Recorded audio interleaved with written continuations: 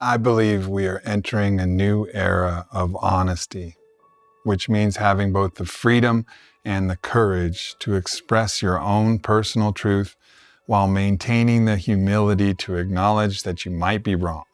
I might be wrong. Wouldn't be the first time.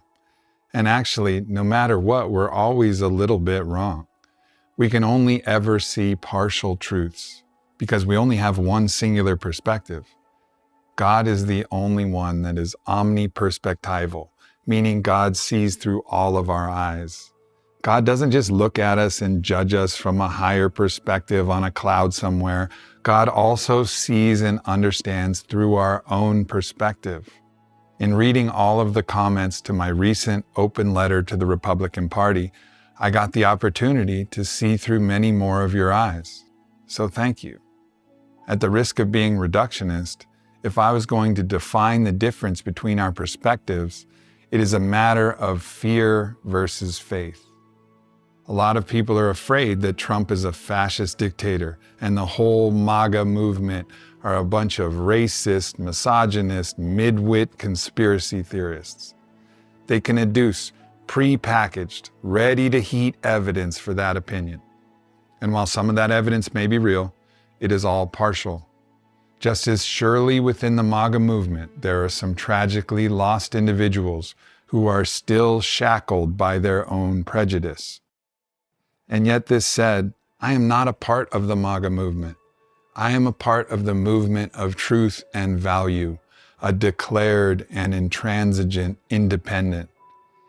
There are things that I may not see from my perspective being an outsider. The beauty I can see about Trump leading us into this era of truth is that he has his shadow on display. He shows his crass, his ego, his pride, his judgment, all on the outside, for better or worse. This display of shadow, which is another way to say unclaimed truth, makes him the ultimate projection screen for anyone who has similar characteristics in their own shadow. He literally invites that by his very existence. I haven't met him, but what I sense from actually listening to what he says, not just listening to what the media and other people say about what he has said, is that the inner core of that man is good. Not pure, but good. The other reason I have to believe that is I'm quite certain that Robert F. Kennedy Jr. is indeed unequivocally good, driven by love and service and a good read of character. He believes in Trump and Vance, and therefore so do I. From my personal sources within the party, the word is that Trump is honoring every promise he made to Bobby in the campaign. So for anyone out there who has been expecting that Trump was going to crawfish and double-cross Bobby Kennedy when he was elected, that isn't what is happening. I have supreme confidence that Bobby is going to transform the corruption of Big Pharma, the pollution of our food supply, open up access to psychedelic medicine, and start to heal the chronic disease epidemic. Those changes alone will save millions of lives and impact the quality of life for millions more. What authority will Kennedy have in protecting the environment in his next term? We can only hope that it is generous and long-reaching, as even the staunchest critics of Kennedy can appreciate his service to the environment, to Gaia, our shared mother. Bobby is also being promised the opportunity to chair an investigative committee on presidential assassinations. We may, for the first time, be able to heal the sordid secrets of America's past, including the murder of Kennedy's father and uncle. These incidents were the very genesis of the term conspiracy theorist, which was a psyop from the CIA to discredit those asking questions. The impact of the freedom to ask questions of our government and get answers cannot be underestimated. Also, for those believing Trump is a threat to democracy, what is actually happening is Trump is promising the protection of the most important characteristic of a democracy, which is the freedom of speech. If we don't have free speech, then we just don't have a free country. It's as simple as that. He is quite literally doing the opposite of destroying democracy. He is fighting to save it. The first thing every dictator, communist, or fascist does is they control the narrative. Name a single vision of dystopia where empire hasn't cracked down on free speech. I'll wait. As long as we are free to speak and voice our ideas, we can gather together and stand against anyone who tries to be a dictator. It is our ultimate safeguard, way more important than guns, which also, by the way, was put into our Constitution as a safeguard against what the revolutionaries knew would be a tendency for empire to creep back in. They never could have known exactly how it would happen, which from my own purview is through corporate capture, the technocracy, and deep state agendas. But they knew it just might happen, which is why free speech is the First Amendment and the right to bear arms is the second. Furthermore, all kinds of things appear to be happening to restore order. There is increased discussion of ceasefires and peace treaties from all sides in the multipolar zeitgeist of the world. Trump has spoken that he is going to offer a grant to encourage and support homeschooling of children. When I'm reelected, I will do everything I can to support parents who make the courageous choice of homeschool. So to support the growing homeschool movement, in my next term, I will immediately fight to allow homeschool parents the same incredible benefit, $10,000 a year per child, completely tax-free to spend on costs associated with homeschool education. And I could name countless other positive events that have been indicated in less than a week, and he's not even president yet. I have the utmost faith that this is all going to turn out well, better than well. And Trump's words in his acceptance speech that success will bring us together will be prophecy. Are we going to have to take a little bad with the good? Yes. While I agree with Trump that minors should not be unnecessarily exposed and encouraged to change genders, and I agree with Trump that biological sex should determine eligibility for men's and women's sports, I don't like how he handled that statement. He could have been a lot more compassionate and understanding for the concerns of his citizens that are in the trans community. I sympathize deeply with what one of my dear brothers, born a woman, currently fears. I assured him that if anyone comes to harm him, they'll have to come through me too. This is another reason why it is important that we have free speech. If I wasn't allowed to criticize Trump, we would be under imperial rule. But he's literally safeguarded our very right to criticize him. Regarding the border, I have witnessed firsthand how difficult it is for earnest, potential contributors to our society to be granted the right to work. This has to change. I am all for sweeping reforms to allow greater access to legal immigration. Beyond our indigenous brothers and sisters, we are all immigrants to this country. We need to support and encourage our immigrants to succeed, as well as to circle back and support those First Nations people for whom it is beyond dispute that our nation has treated abhorrently. But this cannot mean we should open the borders for illegal immigration.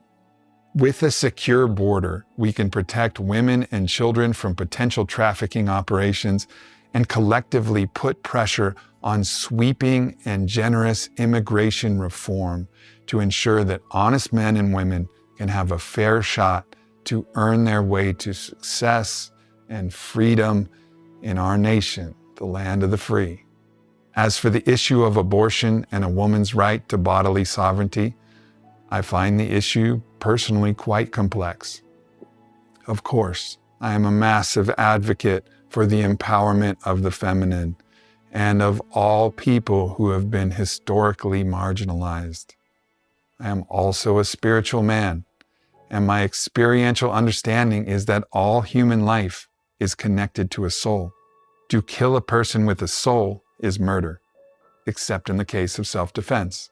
No one with any sense is denying a woman's right to potentially life-saving abortions. There are some ignorant voices out there saying things like, "Your body, my choice." This is absolutely detestable, and we should appropriately be outraged by those statements. But those statements are not the consensus views of, at the very least, any of the hundreds of people who have voted for Trump that I have personally spoken to. And while there are some concerning indications about the interpretation of what is considered life-saving by some more prohibitive states like Texas, ultimately all the laws read that a woman can be given an abortion when it is a critical matter. With these concerning interpretations in mind, what has happened is that states have been given the freedom to make determinations rather than the federal government. Is that better or worse? That, to me, remains unclear. It depends on how close or how far away that state is from deciding when the moment of ensoulment occurs. And there is a differentiation between mother and child. Is it at conception? Does the soul come into the body on the 30th day? Is it when the fetus has eyes? Is it at the moment of the first breath? Different spiritual traditions have different opinions. This issue is not as simple as, yay, choice women, or yay, life, God.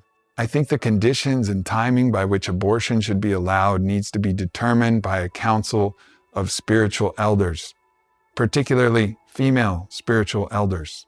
And all exceptions need to be on the table for discussion. In the meantime, the states have been granted the power to decide, which, by the way, neither Harris or Trump could alter that choice. It's a matter of the Supreme Court. And while the president can nominate the justices, they are not allowed to influence their adjudication. As president, would you block abortion medication? First of all, the Supreme Court just approved the abortion bill, and I agree with their decision to have done that, and I will not block it. But I believe in the exceptions for rape, incest, and the life of the mother. I think it's very important. As for the idea that Trump was going to go on a revenge tour against the Democrats, Saturday he literally tweeted acknowledging the, quote, hard and valiant fight the Democrats put forward and encouraging his party and the nation to support them in paying off their debts for the desperately needed unity of our country. We must now come together, rise above past differences. Any disagreements have to be put aside and go forward united as one people, one nation. As for the idea that somehow I am gaining some personal benefit from speaking honestly about these issues, I assure you, whatever benefit I might be gaining is far outweighed by the cost.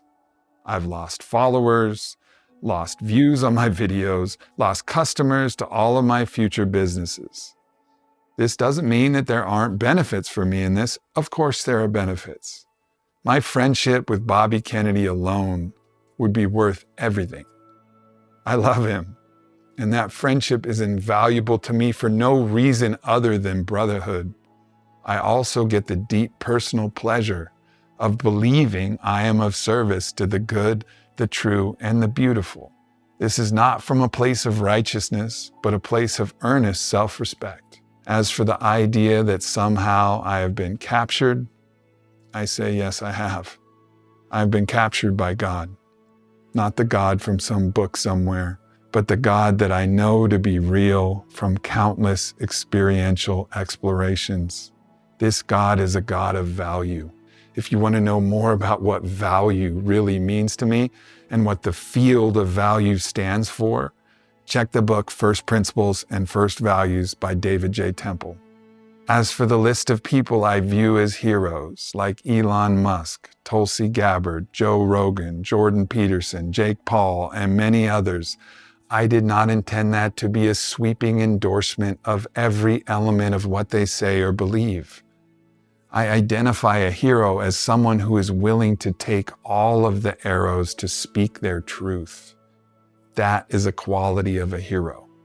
And for those disagreeing with me on the merit of that statement as it applies to each individual, I would be happy to review that with you case by case and see what we can learn together. On that note, for the next 2 days, I'm going to be doing an Instagram Live to talk to anyone and answer questions about what I believe. My knowledge is imperfect. My awareness is always evolving, but I rest easy on my pillow at night in the arms of my beloved, knowing that my intention is true and comes from the deepest love that I have for all people and for all life. I love you all, haters and supporters alike. Thank you for your time and presence to hear my humble opinions. May God bless you all.